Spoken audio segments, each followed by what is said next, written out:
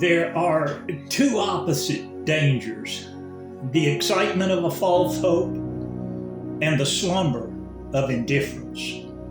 Allow me to repeat that. There are two opposite dangers: the excitement of a false hope and the slumber of indifference. 2026 holds many surprises and unforeseen events. Your faith should not be in the wisdom of men, but in the power of God. I urge you to guard against becoming vulnerable to the delusions of a dangerous excitement, a false hope, and that you become like Thomas and say, "Unless I see the nail prints in his hands, I will not believe." Be not unbelieving, but only believe. Let your belief be with a guarded skepticism of a holy wisdom, so that you don't become prey to the enemy of doubt and unbelief. Seek out and search for that comprehensive insight into the ways and purposes of God that the Proverbs speak about. Yes, the secret things belong to the Lord, but those things revealed belong to us and to our children, just as the prophet Daniel has spoken, saying, "God gives wisdom to the wise and knowledge to those who have understanding, and he reveals deep and secret things." It is written, "All do not have faith, and there is no temptation that will overtake you, except that which is common to man. But God is faithful. He will not allow you to be tempted beyond that which you are able. But with the temptation, he will also make the way of escape, that you may be able to bear it." One day, we rounded up a few men in Waco, headed over to the HEB to sit in the lunch area and fellowship over the Word. As we were driving down the highway, I turned and saw Thomas sitting on the fire hydrant by the gas station. I immediately hit the brakes, turned around to go ask him to come with us, but he would not. He said no.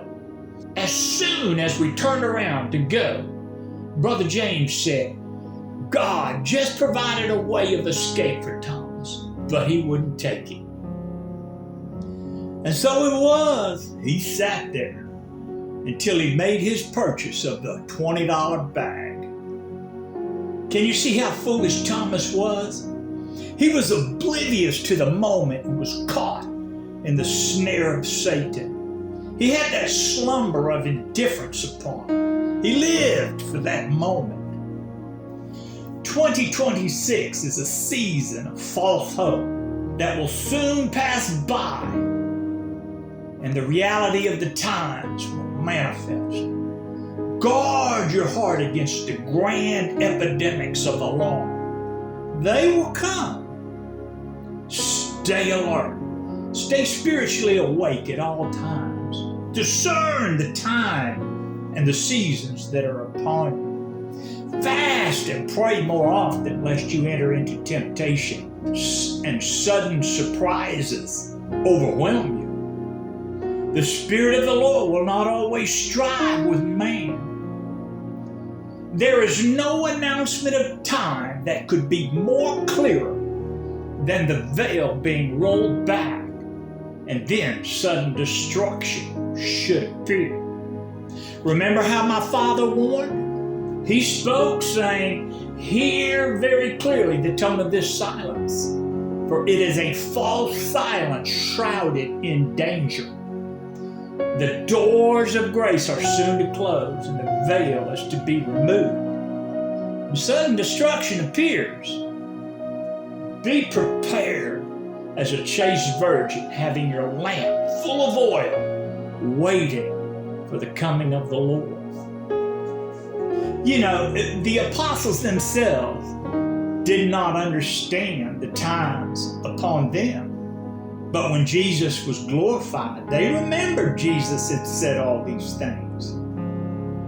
The times of alarm and sudden surprises are now here upon everyone. There is an intense fever for the hope of a true peace, but it will not be there. In fact, we are warned in Scripture that a false peace arrives.